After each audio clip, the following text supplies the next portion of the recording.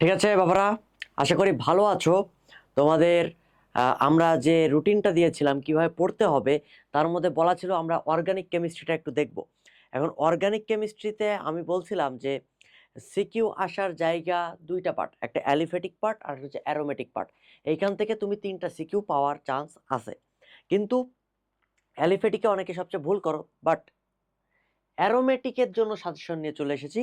Aromatic থেকে যা দিব এর বাইরে আসলে কোশ্চেন আসার সম্ভাবনা খুবই কম, খুবই কম বললেই চলে। তো অ্যারোমেটিকের সাজেশনটা আমরা একটু দেখার চেষ্টা করি। হ্যাঁ, অ্যারোমেটিক কম্পাউন্ড থেকে যদি একটা সিকিউ আসে, এই একটা সিকিউ যেন আমি আনসার করে আসতে পারি। ওকে, আর ক খ এর জন্য তো আমি অলরেডি পিডিএফ তোমাদের দিয়েছি।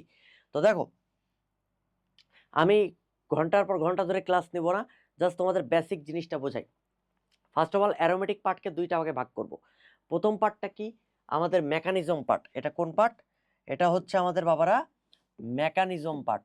মেকানিজম পার্ট বলতে ওই যে ইলেকট্রোফিলিক যে প্রতিস্থাপন বিক্রিয়া, সেই ইলেকট্রোফিলিক প্রতিস্থাপন বিক্রিয়া মেকানিজমগুলো পরীক্ষাতে আসে। কোন একটা উদ্দীপক দিয়ে দেয়, উদ্দীপকে দেখা গেলো বেনজিন দেওয়া গেল, বললো টলুইন কিভাবে প্রস্তুত হয় মেকানিজম সহ দেখাও, বা ক্লোরোবেনজিন প্রস্তুত হয় কিভাবে মেকানিজম সহ দেখাও। তোমাকে ডিরেক্ট কখনো এই নামগুলো দিবে না, কিন্তু ওই উদ্দীপকটা দেখে বুঝে নিতে হবে যে এইটাই চাওয়া হয়েছে। কথা ক্লিয়ার? ওকে, তাহলে কি কি আছে? হ্যালোজেনেশন আছে। হ্যালোজেনেশন মানে হ্যালোজেন সংযোজন, আমরা বেসিক্যালি ক্লোরিন সংযোজন করি।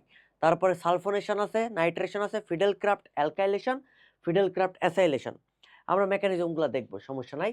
আর মোস্ট ইম্পর্টেন্ট, এটাতে তুমি 3 স্টার দিয়ে রাখো, 3 স্টার দিয়ে রাখো যে রেজোনেন্স থেকে পরীক্ষায় প্রশ্ন আসবে, রেজোনেন্স থেকে পরীক্ষাতে প্রশ্ন আসবে। এখন কয়টা জিনিসের রেজোনেন্স দেখবো? আমি মোটামুটি 5টা জিনিসের রেজোনেন্স তোমাকে দেখে যাইতে বলবো। একটা ফেনল, একটা হচ্ছে অ্যানিলিন, একটা বেনজালডিহাইড, একটা টলুইন, আর একটা নাইট্রোবেনজিন। এই 5টা জিনিসের আমি যদি রেজোনেন্স দেখে যাই, মোটামুটি অ্যারোমেটিক যৌগ কাভার হয়ে যাবে। অ্যারোমেটিক যৌগের ঘ নম্বরে আনসার করার মেন থিমই হচ্ছে রেজোনেন্স। তোমাকে আমি একটা বাটপারি বুদ্ধি শিখাই দিচ্ছি, আসো আমরা দেখি কি করব। কিছু পারো আর না পারো, তুমি রেজোনেন্স আঁকাই দিয়ে আসবে অ্যারোমেটিকে, বুঝছো? চলো আমরা একটু দেখার চেষ্টা করি যে একেবারে কোনো কিছু না পারার চাইতে এটা পারা ভালো, রাইট? তো এই যা সাজেশন দিব, অ্যারোমেটিক থেকে যদি একটা সিকিউ আসে বা কোনো কিছুর সাথে জয়েন্ট একটা সিকিউ আসে, তুমি অবশ্যই আনসার করে আসতে পারবা। ঠিক আছে বাবারা? তো চলো দেখি, আমি জিতবা ঢাকা মেডিকেল কলেজ। এখন দেখো হ্যালোজেনেশন, হ্যালোজেনেশন মেকানিজমটা একটু দেখাই। ফার্স্ট অফ অল প্রত্যেকটা সময় মনে রাখবা অ্যারোমেটিক যৌগের এই যে আমরা যে 5টা মেকানিজম দেখবো, ইলেকট্রোফিলিক প্রতিস্থাপন বিক্রিয়ার 3টা স্টেপে বানাইতে হবে। কয়টা স্টেপ? 3টা স্টেপ। প্রথম স্টেপ যেটা, প্রথম স্টেপ যেটা সেটা হচ্ছে ইলেকট্রোফাইল উৎপাদন। যেহেতু ইলেকট্রোফিলিক প্রতিস্থাপন বিক্রিয়া, কি উৎপাদন করতে হবে? ইলেকট্রোফাইল, ইলেকট্রোফাইল উৎপাদন। কিরকম? আমি যে দেখি, এই দেখো এইখানে যে ক্লোরিন আছে না, আর এখানে প্রভাবক আছে তো অ্যালুমিনিয়াম ক্লোরাইড অনাদ্র, এইটার সাথে বিক্রিয়া করবে। কি করবে বাবারা? এইটার সাথে বিক্রিয়া করবে। তাহলে আমরা একটু দেখানোর চেষ্টা করি। এই যে chlorine plus aluminium chloride AlCl3, এখানে FeCl3ও থাকতে পারে, ফেরিক ক্লোরাইড, তোমার ইচ্ছা। কি তৈরি হবে? Chlorine plus plus AlCl4 minus, এই যে হয়ে গেল। তার মানে এই যে ক্লোরিন প্লাস যেটা হয়েছে, এটাই কিন্তু ইলেকট্রোফাইল, রাইট? এটা কিন্তু ইলেকট্রোফাইল। এখন আসো, আমার যেটা তৈরি করতে হবে সেকেন্ড যে স্টেপটা, এইখানে তৈরি হবে সিগমা জটিল। কোন জটিল বাবারা? সিগমা জটিল। সিগমা জটিল জিনিসটা কি বলতো? সিগমা জটিল হচ্ছে আমাদের এই যে বেনজিন বলাই, এইটার মধ্যে তখন এই ইলেকট্রোফাইলের আক্রমণটা ঘটাই দিতে হবে। তাহলে দেখো, এটা আমাদের বেনজিন বলাই, এখানে আমাদের ইলেকট্রোফাইল আক্রমণ করতেছে। আমরা কিন্তু মেকানিজম দেখাচ্ছি, পরীক্ষা আসলে এটাই আঁকাইতে হবে। আঁকার উপরে বাংলা লিখে দিবা, যে বিক্রিয়া পারে সে বাংলা পারে। কয়েকটা বাংলা কথা লিখতে পারবা না, যে অ্যালুমিনিয়াম ক্লোরাইড এসে বিক্রিয়া করে ইলেকট্রোফাইল তৈরি হয়, তারপরে এটা সিগমা জটিল তৈরি হয়, তারপরে এই অতএব অবশ্যই এভাবে ক্লোরোবেনজিন তৈরি হয়। বাংলা 2-3 লাইন লিখে দিবা, এনাফ, মোর দেন এনাফ। এইখানে চিন্তা করো, প্রত্যেকটা কার্বন, এই যে প্রত্যেকটা প্রান্তে একটা করে হাইড্রোজেন আছে কিনা এর সাথে? অবশ্যই আছে। তুমি একটা হাইড্রোজেনকে বের করে দাও, কোন দিকে বের করব? ধরো তুমি এইখানে হাইড্রোজেনকে বের করছো, ওকে, তাহলে এই পাশে ক্লোরিন অ্যাড হবে, তুমি যেই দিকে হাইড্রোজেন বের করে যেইখানে এই ঘটনাটা ঘটাইছো, অর্থাৎ ক্লোরিনকে প্রতিস্থাপন করতেছো, হাইড্রোজেনকে সরাইয়ে ক্লোরিনকে বসাচ্ছ, সেই জায়গাটাতে আমরা বলাইটা ফাঁকা রাখতে হবে। এই যে ফাঁকা রেখে প্লাস চিহ্ন দিতে হবে, বুঝছো কিনা? যদি আমি এটা দেখো এই দিকে হাইড্রোজেনকে সরাইতাম, মনে করো আমি এই দিকে হাইড্রোজেনকে সরাচ্ছি এবং এইখানে আমি ক্লোরিন দিচ্ছি, তাহলে আমার যেটা হইতো এই বরাবর ফাঁকা রাখতে হবে, এইখানে প্লাস চিহ্ন হবে। কথা বোঝা গেছে? তাহলে যেদিক থেকে হাইড্রোজেনকে বের করবা সেইখানে তোমাকে ফাঁকা রাখতে হবে। এইটা হচ্ছে থিওরি বা থিম। ডান। এই জিনিসটার নাম হচ্ছে অ্যাকচুয়ালি আমাদের সিগমা জটিল। এইটার নামই হচ্ছে আমাদের সিগমা জটিল। অস্থায়ী একটা কম্পাউন্ড, এটা ধাম করে আবার ভ্যানিশ হয়ে যাবে, আবার নতুন যৌগ তৈরি হবে। তারপরে কি হবে? এই যে লাস্ট হচ্ছে উৎপাদন, মেন প্রোডাক্ট। আমাদের যেটা মেন প্রোডাক্ট কি ছিল বলো? এই দেখো ঘটনাটা কি হবে বলো তো। এই হচ্ছে আমাদের সিগমা জটিল,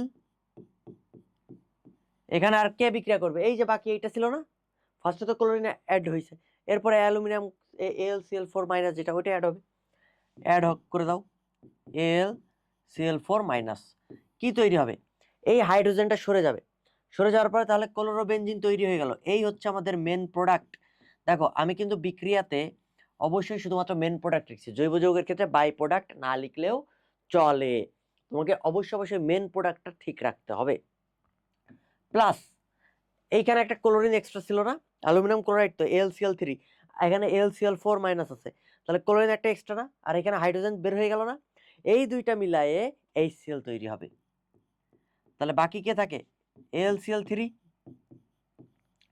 এই দেখো ঘটনাটা তাহলে কি হলো, HCl তৈরি হলো byproduct, main product chlorobenzene তৈরি হলো, আর অ্যালুমিনিয়াম ক্লোরাইড প্রভাবক আগের অবস্থায় ফিরে আসলো। প্রভাবকের বৈশিষ্ট্যই তো বিক্রিয়া শেষে আগের অবস্থায় ফিরে আসা, রাইট? এই হচ্ছে আমাদের মেকানিজম।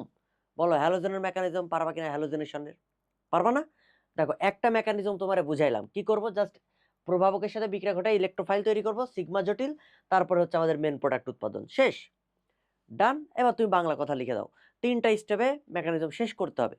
এখন দেখো প্রত্যেকটা মেকানিজম আমি লিখে রেখে দিয়েছি তোমার জন্য, কারণ আমি তোমার টাইম নষ্ট করতে চাই নাই। তো এই যে তুমি মেকানিজমটা পিডিএফটা কমেন্ট বক্সে দিয়ে দিব, জাস্ট একটু দেখো।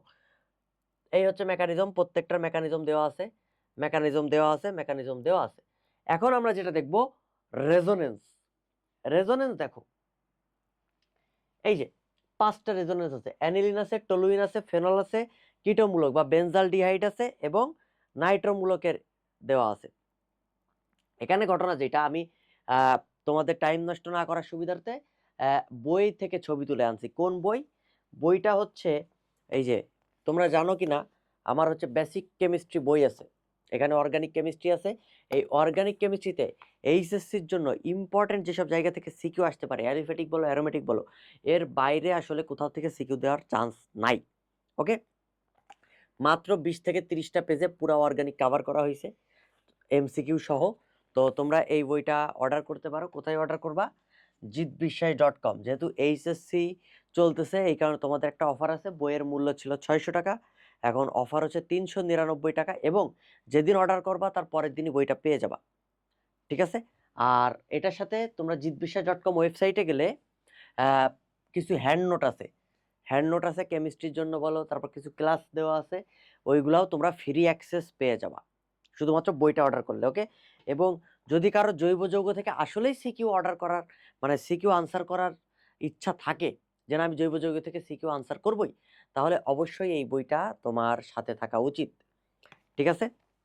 হাতে এনাফ টাইম আছে, তোমরা এই বইটা কিনতে পারো। দেখো এখানে রেজোনেন্স আছে, রেজোনেন্স দেখছো? রেজোনেন্স যেহেতু আছে, আমরা একটু দেখি এই রেজোনেন্স দিয়ে যে সকল প্রশ্নের উত্তর রেজোনেন্স দিয়ে করা সম্ভব, কোন কোন প্রশ্নের উত্তর আমরা রেজোনেন্স দিয়ে করা সম্ভব, এবং এইগুলাই ঘ নম্বরে আসে, গ নম্বরেও দিয়ে দেয় অনেক সময়, ঠিক আছে? দেখো প্রথম প্রশ্ন কি, কোন একটা যৌগ দিবে বেনজিনের মতো, দিয়ে বলবে এটা মেটা নির্দেশক কিনা বা অর্থপ্যারা নির্দেশক কিনা। আমরা জানি মেটা নির্দেশক কারা, যাদের মধ্যে ডাবল বন্ড থাকে, আর অর্থপ্যারা নির্দেশক কারা, যাদের মধ্যে একক বন্ধন থাকে, রাইট? ওকে, জৈব যৌগের এমসিকিউ কিভাবে সলভ করতে হয় তার জন্য আলাদা 2টা ভিডিও দেওয়া আছে।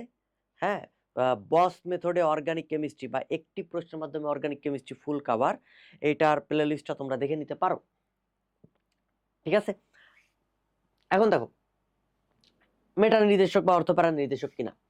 তারপরে হচ্ছে টলুইন দিয়ে হলো নাইট্রেশন করলে বা হ্যালোজেনেশন করলে বা যে কোনো একটা কিছু যোগ করলে এটা কোন অবস্থানে যুক্ত হবে, মেটা অবস্থানে না অর্থপ্যারা অবস্থানে। তারপর বললো ফেনল অম্লধর্মী কেন, ব্যাখ্যা করো। এটা বেনজিন বলয় সক্রিয়তা হ্রাস করে নাকি বৃদ্ধি করে, ব্যাখ্যা করো। তারপরে এমন আসতে পারে মনে করো আর একটা প্রশ্ন দিই 5 নম্বর। এই প্রশ্নটাও আসতে পারে, ধরো টলুইন ফেনল অ্যানিলিন নাইট্রোবেনজিন দিলাম, হ্যাঁ নাইট্রোবেনজিন দিয়ে দিলাম NO2, যেন একবারে তোমাদের সবগুলার রেজোনেন্সটা কাভার হয়ে যায়। NO2 ইলেকট্রোফিলিক প্রতিস্থাপন বিক্রিয়ায় ইলেকট্রোফিলিক প্রতিস্থাপন বিক্রিয়ায় সক্রিয়তা হ্রাস করে কেন,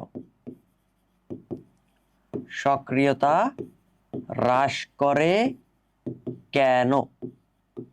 ওকে, এই ধরনের প্রশ্নগুলো আসতে পারে। আমি প্রত্যেকটার ব্যাখ্যা দিই, খুব ভালো করে বুঝবা। ফার্স্টে বলছি কি মেটা নির্দেশক ব্যাখ্যা করো।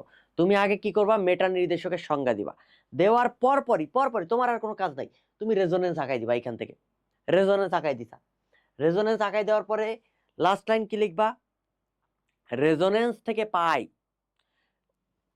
এই যৌগের, যেহেতু এই যৌগটা দেওয়া আছে বেনজালডিহাইডের মেটা অবস্থানে ইলেকট্রন মেঘের ঘনত্ব বেশি, কারণ অর্থপ্যারা অবস্থানে ইলেকট্রন মেঘের ঘনত্ব কমে গেছে।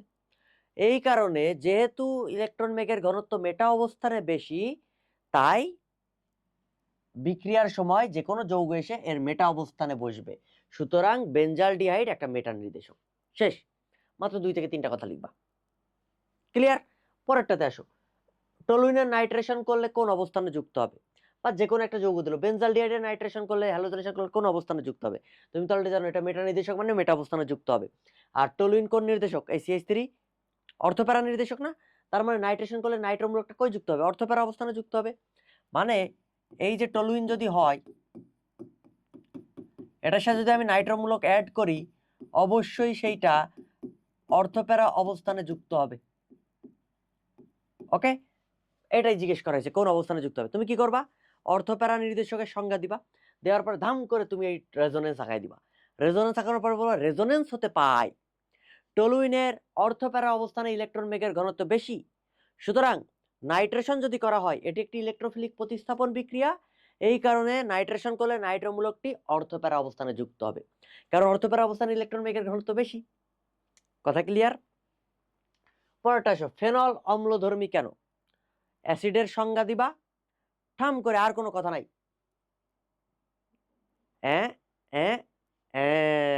বুঝেছো দয়া, এর মানে আমরা রেজোনেন্স আঁকাই দিব, সেম জিনিস, জাস্ট সংজ্ঞা দিব, সংজ্ঞা দিয়ে রেজোনেন্স, আর কোনো কথা নাই। তাহলে ফেনলের রেজোনেন্স আঁকাই দিলা, রেজোনেন্স আমি এখানে অলরেডি দিয়ে দিছি, তুমি বাসায় বসে বসে এটা দেখে দেখে আবার প্র্যাকটিস করবা। ওকে, তাহলে কি হইলো, রেজোনেন্স আঁকানোর পরে বলবা রেজোনেন্স হতে পায়, এখানে ইলেকট্রন সঞ্চারণশীল অবস্থায় আছে, সুতরাং অক্সিজেন নিচের দিকে টানাটানি করে, ফলে প্রোটন ত্যাগ করতে পারে। কি ত্যাগ করতে পারে, প্রোটন ত্যাগ করতে পারে। অম্লের সংখ্যা অনুযায়ী মিলাই দিবা, প্রোটন ত্যাগ করতে পারে রেজোনেন্সের কারণে। কেন কি অত বেসিক তো আমার লেখার দরকার নেই, তুই যে এই 3-4 লাইন লিখে আসতে পারছিস, মেন উত্তর যে রেজোনেন্স, এটা জানলেই তোকে 4-এর মধ্যে 3 মার্ক দিয়ে দেওয়া উচিত, তাই না। ওকে, তাহলে এই কারণে ফেনল অম্লধর্মী। একটা বিক্রিয়া দিয়ে দিলা, ফেনল দিয়ে দিলা নীল লিটমাস সমান সমান লাল লিটমাস হয়ে গেল, বা ফেনলের সাথে সোডিয়াম হাইড্রোক্সাইডের বিক্রিয়া ঘটাই দিলা, ক্ষারের বিক্রিয়া ঘটাই দিলা, তাহলে লবণ পানি উৎপন্ন হয়ে গেল, সোডিয়াম ফিনেট তৈরি হয়। পারবা না, পারা উচিত। এরপর চলে অ্যানিলিন বেনজিন বলে সক্রিয়তা হ্রাস করে নাকি বৃদ্ধি করে। তোমরা জানো যারা অর্থপ্যারা নির্দেশক তারা বেনজিন বলে সক্রিয়তা বৃদ্ধি করে, যারা মেটা নির্দেশক তারা বেনজিন বলে সক্রিয়তা হ্রাস করে। তাহলে কি করবা, ফার্স্টে অর্থপ্যারা নির্দেশকের সংজ্ঞা দিবা, যেহেতু অ্যানিলিন অর্থপ্যারা নির্দেশক, দেওয়ার পরে রেজোনেন্স, রেজোনেন্স আঁকানোর পরে বলবা রেজোনেন্স হতে পায়, যেহেতু এর অর্থপ্যারা অবস্থানে ইলেকট্রন মেঘের ঘনত্ব বেশি, তাই এটি সক্রিয়তা বৃদ্ধি করে। আর হ্রাস করতো তখন কি বলতাম, এখানে মেটার কোনো কথা বলা যাবে না, এখানে কিন্তু বলছিলাম মেটা অবস্থানে ইলেকট্রনবেগের ঘনত্ব বেশি। কিন্তু যখন সক্রিয়তা বৃদ্ধি বা হ্রাসের কথা বলবে অলওয়েজ অর্থপ্যারাকে টার্গেট করতে হবে। পরটা আসো নাইট্রোবেনজিন। ইলেকট্রোফিলিক প্রতিস্থাপন বিক্রিয়ায় সক্রিয়তা হ্রাস করে কেন? এই যে সক্রিয়তা হ্রাস করতেছে, তাহলে এটা তো মেটা নির্দেশক। মেটা নির্দেশক এখানে আর আমরা বলবো না, আমরা বলবো অর্থপ্যারা নির্দেশক কাকে বলে, তারপরে মেটা নির্দেশক কাকে বলে, দেওয়ার পরে রেজোনেন্স। রেজোনেন্স দেওয়ার পরে রেজোনেন্স হতে পায়, যেহেতু নাইট্রোবেনজিনের রেজোনেন্স হতে দেখা যায় অর্থপ্যারা অবস্থানে ইলেকট্রন বেগের ঘনত্ব কম। ভালো করে বুঝো কি বলছি। আগেটাতে বলছিলাম অর্থপ্যারা অবস্থানে ইলেকট্রন বেগের ঘনত্ব বেশি, তাই সক্রিয়তা বেশি। এখানে বলবো অর্থপ্যারা অবস্থানে ইলেকট্রন বেগের ঘনত্ব কম, তাই এটি বিক্রিয়ায় সক্রিয়তা হ্রাস করে। শেষ। বুঝতে পারছো ঘটনাটা কোথায়? জাস্ট রেজোনেন্স দিয়ে প্রত্যেকটা আনসার করা সম্ভব। জাস্ট একটা দিয়ে আমি ব্যাখ্যা করছি। তোমার ক্ষেত্রে এমন হইতে পারে পরীক্ষাতে ঘ নম্বরে আসলে দুইটা দিতে পারে, এইটা মিলাই বলবে এটা এবং এটার মধ্যে কোনটি সক্রিয়তা বৃদ্ধি করে বা হ্রাস করে ব্যাখ্যা করো। এটার মধ্যে কোনটি অধিক সক্রিয়, এটার মধ্যে কোনটি অর্থপ্যারা নির্দেশক। এমন দুইটা বা তিনটা যৌগ দিয়ে তোমাকে ব্যাখ্যা করতে হইতে পারে, তখন তোমাকে তিনটা যৌগেরই রেজোনেন্স আঁকাইতে হবে, নট একটা, তিনটারই রেজোনেন্স আঁকাইতে হবে। লেখাটা একটু বড় হবে, বড় না, জাস্ট 2 থেকে 3টা লাইনই তো কথা, শুধু রেজোনেন্স গুলো একানোটা মেন। যদি 4টা যৌগের কম্পারিজন দেয়, এর মধ্যে কোনটি অম্লধর্মী ব্যাখ্যা করো, 4টারই রেজোনেন্স আঁকাইতে হবে। এর মধ্যে কোনটি নাইট্রেশন করলে কোথায় যুক্ত হবে বা হ্যালোজেনেশন করলে কোথায় যুক্ত, 4টারই রেজোনেন্স আঁকাইতে হবে। শুধু নাইট্রেশনের ক্ষেত্রে একটা জিনিস মাথায় রাখবা, অ্যানিলিনের নাইট্রেশনটা ব্যতিক্রম। অ্যানিলিনের নাইট্রেশন মেটা অবস্থানে ঘটে, নট অর্থপ্যারা। ওকে, এটা হচ্ছে ব্যতিক্রম। ডান। ওকে, তাহলে আসো আমরা এখন সিকিউ গুলা দেখি, তোমাদের পিডিএফ দিয়ে দিব, এই সিকিউ গুলো একটু সলভ করবা।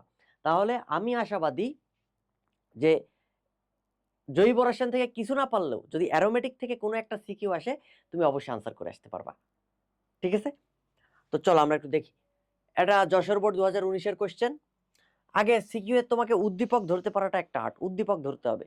উদ্দীপক যদি ধরতে পারো, দেখো 3টা পি আছে, পি দিয়ে ফের এফি আছে, 400 ডিগ্রি কিউ তৈরি হয়েছে। এটা দেখলেই বোঝা যায় অ্যাসিটিলিন থেকে বেনজিন তৈরি হয়েছে।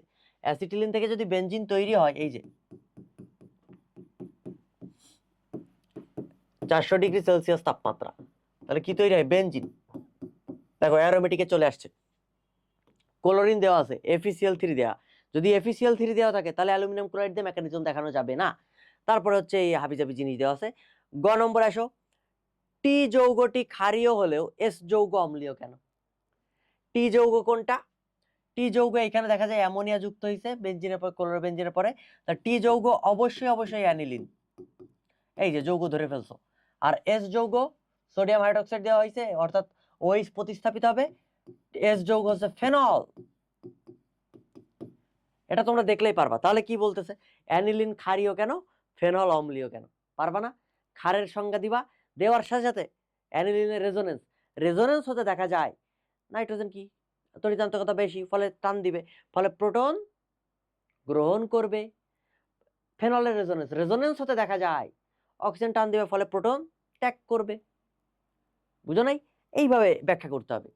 তারপরে আসো, নাইট্রেশন বিক্রিয়ায় এস যৌগ অর্থপ্যারা উৎপন্ন করলেও টি শুধু মেটা যৌগ উৎপন্ন করে কেন? ব্যাখ্যা করো। আবারও সেম, রেজোনেন্স। আমি তো পড়াইছি তাই না? রেজোনেন্স, যে এস যৌগ অর্থপ্যারার সংখ্যা দিবা, দিয়ে যেহেতু অর্থপ্যারা অবস্থানে ইলেকট্রন বেগের ঘনত্ব বেশি, তাই অর্থপ্যারাতে যুক্ত হবে।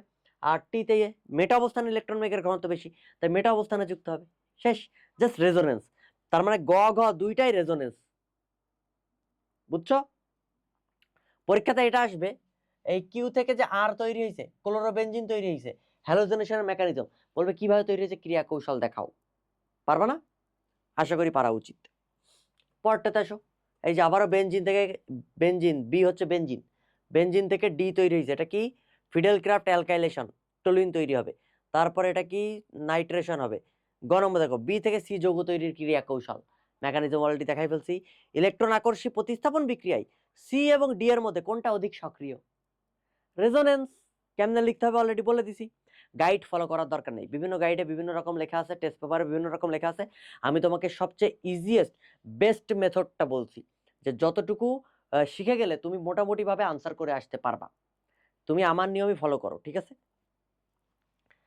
তাহলে এই যে আমি প্রত্যেকটা জিনিস দেখো, প্রত্যেকটা আমি দিয়ে দিছি যে ওয়াই থেকে জেড তৈরির ক্রিয়া কৌশল, ওয়াই জেড যৌগদ্বয়ের মধ্যে নাইট্রেশন করলে কোনটি সহজে হবে, সহজে হওয়া মানে কি, কার সক্রিয়তা বেশি, ঠিক আছে?